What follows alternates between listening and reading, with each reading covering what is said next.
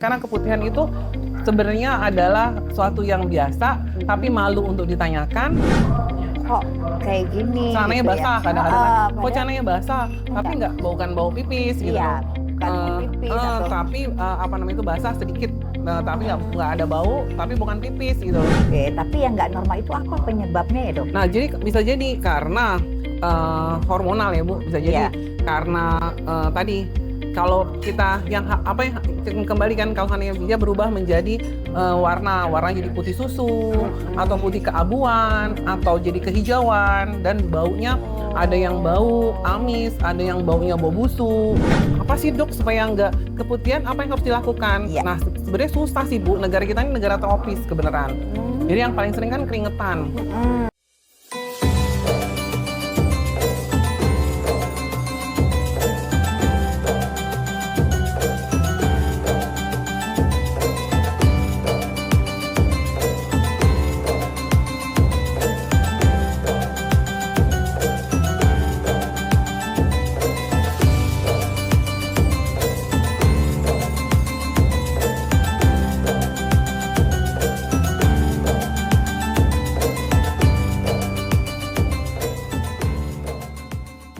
Assalamualaikum warahmatullahi Waalaikumsalam wabarakatuh. warahmatullahi wabarakatuh. Alhamdulillah, terima kasih loh telah hadir di MPC Time. MPC Time itu adalah MPC tayangan inspiratif, motivatif, dan edukatif. Keren banget. Saya berasa beruntung dapat undangan untuk bisa mengisi, bukan mengisi ya, berkomunikasi, Narasumber ya. memberikan informasi, berbagi ilmu. Intinya begitu sih. Masya Allah, Alhamdulillah ya, ada di hadapan kita semuanya di hari ini, Dokter Objin ya. Iya, Dokter Objin. Nah, namanya nih Dokter Fakriantini Jaya Putri SPOG.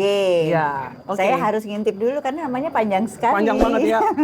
Dan tapi kita sering kali lebih akrab dipanggil dengan Dokcin. Dokcin. Dokcin loh. Dokcin loh gitu ya. Keren, nah ini Dokcin loh. Karena kepanjangan namanya jadi disingkat jadi Dokcin. Iya, Dokcin ya. Tapi pasti dicintai oleh pasien dan amin. semua kalangan medis nih. Amin. Amin. Dok, jadi kali ini kita ingin membahas sebenarnya itu dulu saya pernah terjadi tuh waktu saya muda nih. Ya. Terkait dengan apa sih yang sekarang sedang lagi pasti ada terus nih setiap generasi, tapi mungkin kalau generasi saya udah nggak ada nih. Ada tetap Bu. Masa ya? Masih ada yang keputihan. Oh jadi pemirsa ya, tayangan ini kita akan membahas tentang keputihan. Ya, keputihan. Kenapa kita mengambil topik keputihan? Karena bisa menyeluruh. Kadang-kadang anak pun ada yang keputihan loh Bu sekarang ini. Anak pun gitu loh. Oh. Jadi gitu. keputihan itu bisa dari anak sampai dengan menopause. Oh. Nah, tapi memang yang sering terjadi pada usia-usia sudah menstruasi ya. Iya. Sudah adolescent sampai reproduksi, intinya begitu sih. Oh gitu, baik. Jadi berarti keputihan, saya pikir itu nanti jadi gadis-gadis aja ya. Ternyata menopause seperti saya pun juga bisa menopause, bisa. Baik. Jadi apa ya sebenarnya penyebab dari Jadi penyakit itu, Dok? kita bahas keputihan dulu ya Bu ya. Sebenarnya sih bukan kenapa saya lebih interested dengan keputihan, karena keputihan itu sebenarnya adalah suatu yang biasa tapi malu untuk ditanyakan, tapi efek samping bisa jadi panjang gitu loh. Jadi dia lebih percaya dengan iklan-iklan gitu loh. Nah, akhirnya pengobatannya salah, kasarnya kayak gitu ya, karena nggak sesuai. Jadi keputihan itu adalah normal pada si perempuan yang sudah menstruasi ya, adolescent ya, sampai dengan reproduksi. Dan tapi warna harusnya keputihan itu yang normal itu tidak berwarna atau fluffy ya. Fluffy itu kayak wool kayak gitu loh Bu. Nah, jadi kayak wool atau gel yang putih gitu loh. Nah, tidak berbau. Itu yang normal. Yang normal. Oke. Jadi kadang-kadang itu dipengaruhi. Kenapa itu bisa terjadi? Kok adolescent aja sampai dengan usia reproduksi? Karena pengaruh hormonal. Nah, jadi karena pengaruh hormonal, jadi dia akan membuat di dalam vagina itu sendiri ada yang namanya lactobacillus yang banyak di situ. 90% dari lactobacillus. Yang itu yang mikroorganisme yang memang ada di situ. Nah, sisanya adalah mikroorganisme lain tetapi yang tidak membahayakan. Misalnya ada contohnya Staphylococcus, Streptococcus, yaitu E. coli ada. Nah, tapi dengan jumlah yang sedikit. Nah, kalau kondisi-kondisi tertentu itu akan misalnya yang menyebabkan Lactobacillusnya berkurang, yang tadi yang sedikit menonjol. Nah, itu akan menjadi keputihan yang abnormal. Abnormal. Oh, jadi sebenarnya satu proses keputihan itu normal aja ya, sepanjang tidak ada yang tadi dokter jelaskan panjang dan lebar. Itu susah tuh aku ingatnya tuh. Tapi dan ada yang tidak normal. Jadi ada yang normal, tidak normal. Gitu lah, ini begitu. Artinya saya melihat pada yang normal nih. Kan kadang kita khawatir ya. Waktu itu saya pernah juga mengalami. Kok kayak gini? Celananya gitu basah, ya. kadang-kadang kok celananya basah, tapi bukan bau pipis gitu. Iya, bukan bau pipis atau tapi itu basah sedikit. Nah, tapi nggak ada bau, tapi bukan pipis gitu loh. Nah, itu masih normal sih, Bu. Normal, dan itu proses metabolisme aja di dalam tubuh ya.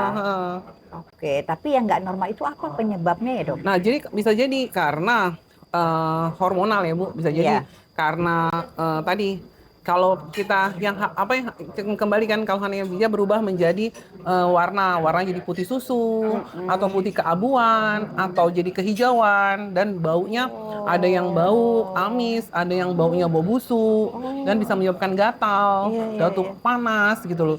Bisa akhirnya mengganggu, bisa juga ke gangguan pipis gitu loh. Nah, itu bisa mengganggu karena dia satu kesatuan nih, satu garis ya indikatornya. Nah, jadi gimana sih, kadang-kadang kan ditanya, apa sih dok supaya nggak keputihan, apa yang harus dilakukan? Nah, sebenarnya susah sih Bu, negara kita ini negara tropis kebenaran. Jadi yang paling sering kan keringetan. Nah, yang kedua lagi, air kita tuh jangankan air untuk minum aja, kita air keran nggak bisa buat minum kan, apalagi untuk air cebo, kadang-kadang kayak gitu ya. Jadi yang pertama harus kita lakukan, kalau cebo itu dari depan ke belakang, bukan dari belakang ke depan. Wah, ini ada aturannya nih, ada aturannya dari depan ke belakang ya. Dari depan ke belakang. Karena kalau dari belakang kan dari anus kan Bu, bisa. Iya, jadi ke di situ ya. Yang kedua, celananya harus celana yang katun atau celana kaos yang menyerap keringat. Yang kedua, yang ketiga, kalau celananya lembab langsung ganti. Atau yang sekarang dengan panty liner. Jangan pakai panty liner. Karena makin lembab dia, Bu. Oh, gitu. Karena kan ini kan vagina, ada panty liner di sana kan ketekan jadinya, nambah lembab dong. Nggak ada udaranya. Oh, gitu. Berarti kalau kita di tas kita mesti banyak celana. Iya, saya lebih prepare kayak gitu. Oh, gitu. Jadi dan satu lagi kalau saya pribadi saya tambahin, karena negara kita mudah keringetan, pipis, kalau dari kamar mandi dilap kering-kering. Pakai handuk atau tisu makan, bukan tisu WC.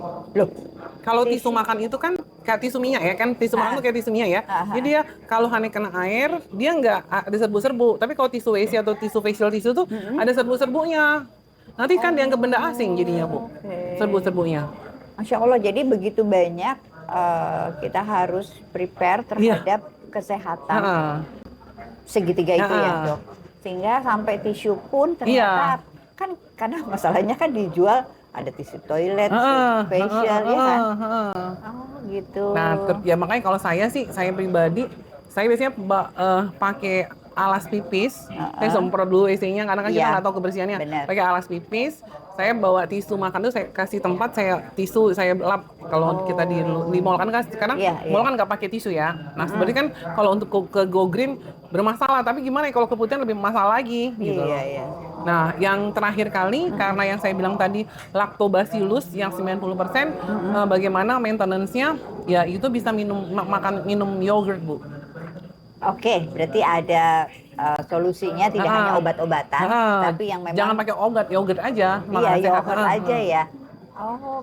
Itu juga bisa menyeimbangkan hormon di dalam tubuh. Jadi bagus ya. Untung saya suka tuh. Saya nggak pakai merek, kalau pakai merek kan salah nanti ya.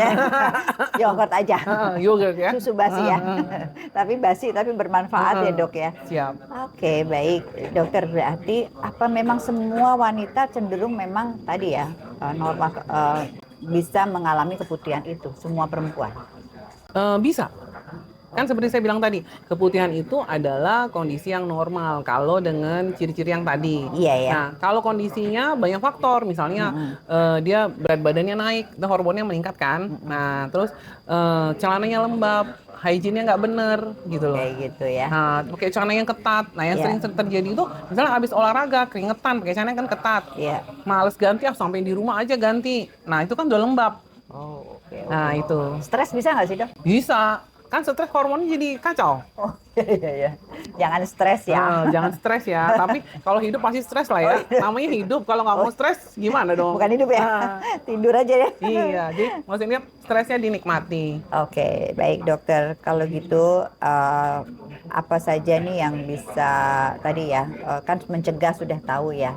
Kemudian juga makanan itu kira-kira ada nggak ya? Kalau saya sih nggak ada makanan, nggak ada masalah kalau saya nggak sih. ada masalah ya. Cuman kan kalau seandainya memang cenderung yang meningkatkan estrogen yang bikin gendut, nah itu kan estrogennya meningkat, otomatis lembab. Nah sedangkan negara kita negara tropis. Itu Mbak, itu yang kalau kita mau ambil efek samping kayak gitu. Jadi yang paling penting yang menjaga kesehatan vagina yang tadi, yang saya tekanin tadi, sama ya minum yogurt. Oke. Ya, dokter Objin nih ya, terkait dengan keputihan yang tidak normal yang sampai tadi parah banget ya dok. Itu bisa menyebabkan apa? Menyebabkan penyakit, bisa menyebabkan infeksi. Tidak punya anak. Bisa. Jadi kan apa? pertamanya infeksi dulu Bu. Infeksi radang panggul. Kalau radang panggul, infeksi radang panggul bisa menyebabkan nggak punya anak. Kalau nggak diobatin lagi bisa menyebabkan kanker, lama-lama kan gitu loh. Jadi bisa seperti itu. Jadi makanya saya bilang dianggap remeh, akhirnya panjang, efek jangka panjangnya gitu loh. Nah kadang kan gini, kalau nggak ada masalah kita nggak ke dokter. Sekarang kan ada kalau untuk perempuan yang gimana? sudah menikah, ya kita harus appreciate buat diri kita sendiri ya, menghargai diri kita sendiri ya, pap smear setahun sekali. Nanti another topik mungkin kita akan membahas antara pap smear dan kanker serviks. Catat ya nanti dokter ada waktu ya. Tapi balik lagi dok, artinya tadi keputihan itu bukan harus dianggap sembarangan aja, tapi tetap ya kita harus. Jadi kalau hanya berubah warna, berubah bau, ada keluhan panas, gatel. Ya karena kan si anak-anak gadis ini yang sekarang nih, kan kalau dia nggak ada keluhan tentunya dia tidak ke dokter. Tapi periode mana sih anak-anak gadis ini bisa? Yang tadi saya bilang kalau seandainya ada perubahan warna dari keputihannya, gitu ya. Terus gatel, tuh bau, terus ada gangguan yang lain gitu loh. Panas gitu loh. Itu kan dia harus lebih cepat. Tapi kalau sudah menikah, untuk appreciate dengan diri sendiri ya pap smear. Pap smear ya, walaupun udah menopause gini pap smear. Kalau sudah menopause, pap smear itu Bu, kalau sudah 3 kali berturut-turut aman bisa 3 tahun sekali. Kayaknya saya udah lebih dari itu deh. Ada baiknya nanti abis ini ya dok. Pap smear ya, ketemu saya ya. Oh iya ya, pasti dong. Iya. Jadi gini dok, dokter ini saat ini kita ngobrol tuh ada di MPC Kopi. Waduh, ini MPC Kopi saya baru tahu nih. Kopinya enak. Makanannya enak. Tapi kalau nunggu bakso katanya agak siangan dikit ya. Agak siangan bakso dikit. Dan somai agak siangan dikit. Siap gitu dok. Nah di sini ada yang mau tanya dok dari teman kita. Oke, Tasya dari situ silahkan. Ada yang mau ditanya. Halo dokter, perkenalkan saya Tasya. Iya, saya mau bertanya nih dok. Jadi saya pernah mengalami keputihan yang berwarna coklat terjadi saat H+7 setelah menstruasi. Apakah hal tersebut normal atau mungkin ada dari sisa-sisa darah haid dari dinding rahim atau mengindikasikan hal lain ya dok? H+7 setelah menstruasi, jadi setelah bersih? Jadi setelah bersih dok. Karena bersih, terus 7 harinya ada kecoklatan ya? Betul. Nah itu bisa macam-macam ya. Kalau memang sebelumnya nggak ada keputihan, langsung gue jawab aja ya. Ini langsung gue jawab aja ya biar enak ya. Jadi kalau hanya setelah riwayat sebelumnya nggak ada keputihan, aman.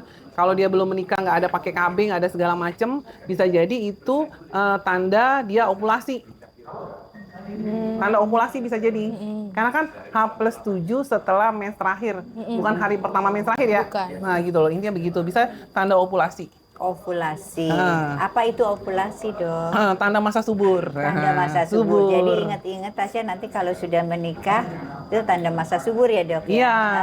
Jadi si Tasya belum menikah. Tasya belum Kalau menikah. keputihannya sebelumnya ada keputihan nggak? Nggak ada kan? Sebelumnya keputihan lumayan ya sering sih, Dok. Tapi warnanya mengganggu nggak? Enggak, warnanya normal sih kalau saya itu baca-baca di masih buku oke putih, sih ya. kalau gitu. Jadi yang kemungkinan itu. Tapi kalau yang keputihannya kemarin yang berbau, ada apa gatel, panas vaginanya, nah itu harus diobatin. Bisa jadi tanda yang kecoklatan itu ada penyakit gitu loh. Oke. Jadi ya begitu sih, Tasya. Ada yang mau tanya lagi, Tasya? Baik, terima kasih itu aja dokter. Jadi yang tadi Tasya yang ditekankan tadi, jaga kesehatan vagina, yang tadi sering ganti celana, jangan pakai panty liner, cebokin dari depan ke belakang, kalau habis dari kamar mandi lap kering-kering, dan minum yogurt. Minum Yogurt. Minum yogurt. Ada loh di MPC kopi ini. Ada yogurt. Bisa loh. jualan yogurt juga di sini. Iya, ada yogurt juga. Jadi bisa langsung minum yogurt. Habis ini kita minum yogurt ya. Iya. Kadang nggak konsisten minum yogurt. Ternyata minum yogurt itu bisa mencegah. Iya. Ya. Ada lagi Tasya? Kalau untuk membedakan antara keputihan dari bakteri atau dari memang hormon itu sendiri, apakah ada ciri-ciri tertentu, Dok?